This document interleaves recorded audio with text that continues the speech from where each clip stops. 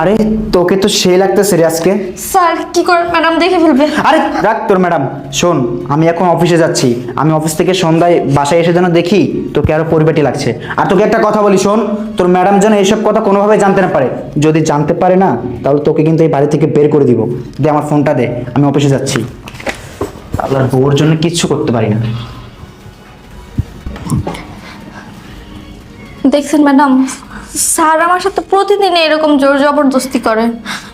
আপনি তো জানেন আমার জামাই আছে, আমার একটা বাচ্চাও আছে।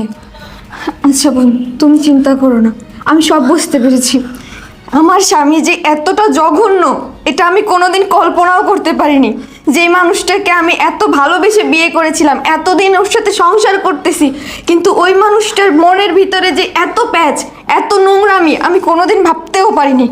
ঠিক আছে, তুমি চিন্তা করো না, আজকে অফিস থেকে আসুক,